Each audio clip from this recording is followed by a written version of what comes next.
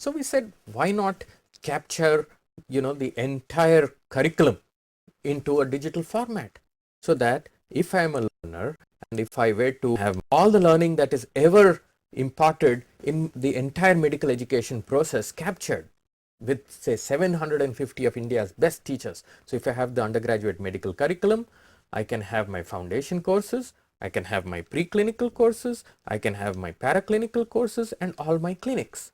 So in case I go to say anatomy, I go to gross anatomy of the head and neck, and I go to the bones, and if I go to the skull bone, and if I go to the inside of the skull bone and I want to take a lesson.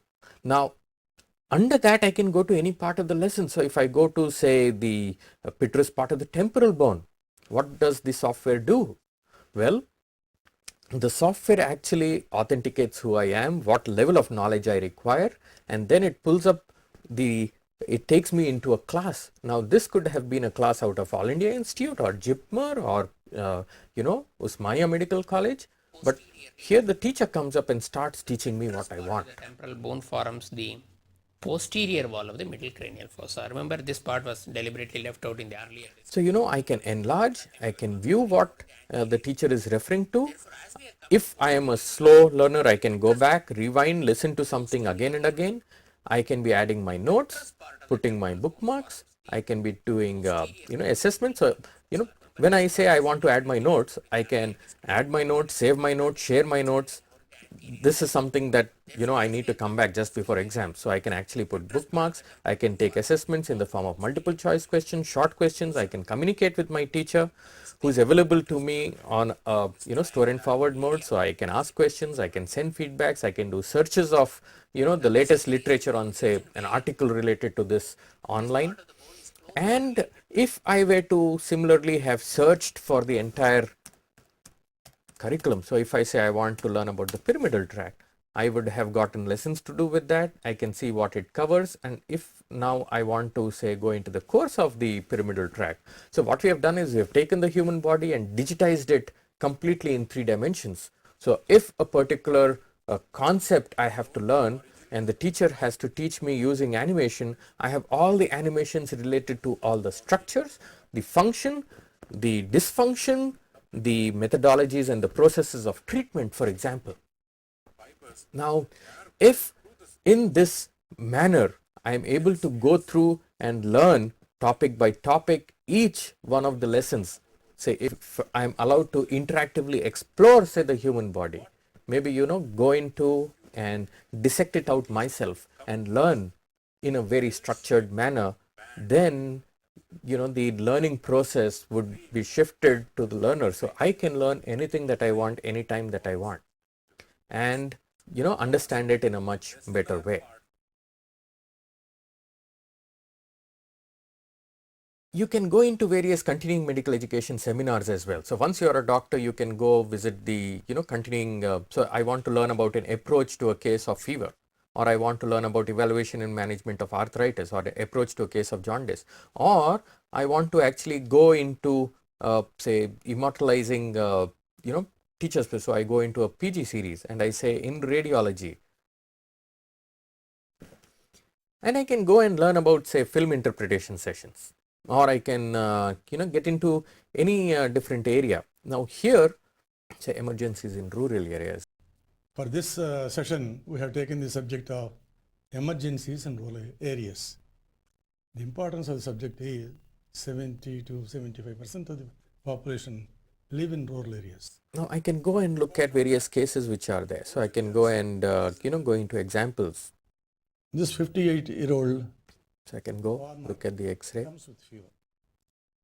Nearby community center, area hospital, he goes. Now this teacher had 10,000 X-rays of the most interesting cases that he saw in his life. We have captured all of them and made him available to the rest. So what happens is, if I say I want tuberculosis of the spine, or if I want Paget disease, he will come and teach me those particular topics.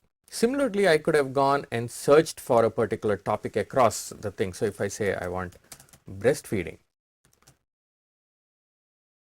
and under breastfeeding I'm interested in say breastfeeding in special situations, and I want, what about mothers with typhoid, can they breastfeed? Well, I have a teacher who comes up and teaches me whether it is safe or not. So in this way, every lesson that has ever been taught in the medical school is captured. Now, what if I'm planning to teach people from in different languages? So is that possible in that case? Yes, because say this is for all healthcare providers. I want to learn about recording of vital statistics in say Tamil. So if I click, there is a Tamil teacher who comes and teaches me in Tamil. வணக்கம் இன்னைக்கு நம்ம ஒரு முக்கியமான If you see, I can actually go lesson by lesson.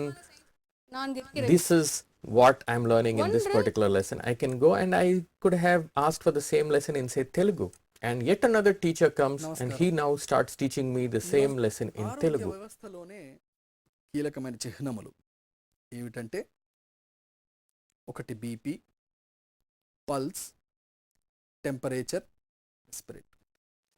ఈ 4 విషయములు కనుక మనం చూసినట్టయితే మనకు అర్థమయ్యేటట్టుగా మాట్లాడాలంటే And now in the same process, I can actually learn many more things. I can be going interactively and learning about say the Krebs cycle. So here is my lesson. I would have gone through the lecture, then I have come. Now I'm interacting with my lesson, so I can go more into detail, or I could have gone next and done this thing to see if I remember what I have learned. So I can actually go and submit and know how many mistakes I've made, go back and revise what all I have to learn, or maybe interactively dissect the human body. So I can go to any layer. So all information is available to me as layers. I can learn about the relationships. If I click on the spleen, maybe I can go and learn about the anatomy of the spleen, the relations of the spleen, the blood supply to the spleen. Anything can be learned in a very visual format. What if I am learning how to auscultate, how to listen sounds from the chest, and if I want to know, these are the places where a doctor keeps a stethoscope. These are the bony markings under it. This is the lung markings, which means when I'm auscultating here, I'm listening to sounds in the lower part of the upper lobe or the upper part of the middle lobe. And if I am seeing this from the front, from the back, from the sides, so if we go here and start auscultating here, this is the normal sounds that we are hearing. We call it vesicular breathing. In case you go and auscultate a severe case of asthma, then you can hear the wheeze. Now all these are getting developed as a curricular mode. Now it not only covers the teaching, learning, but it also covers a complete evaluation process. So if I were to be logging in as a very unique learner and then I get access to my particular courses, I can actually go to answering questions at any time. So that can be in a learning mode or it can be in a testing mode. So teachers can give me exams and I can actually do the exams, or I can be learning the questions to find out how well I have actually learnt a particular topic. Now if I go, I can go into subjects. So all the subjects that I am supposed to learn come up here.